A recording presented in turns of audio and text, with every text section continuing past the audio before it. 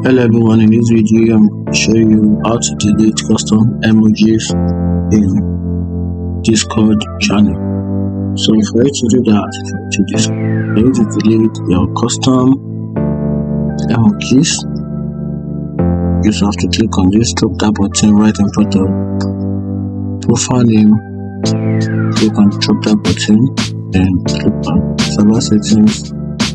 And on the third option, which is emojis, then you click on the emojis and have the list of the emojis you've added so far Discord channel. Then just drag the mouse to the particular emoji you want to delete and hop right in front of it. You see a X cancelling button, a red cross line, then just tap on it, and that's it.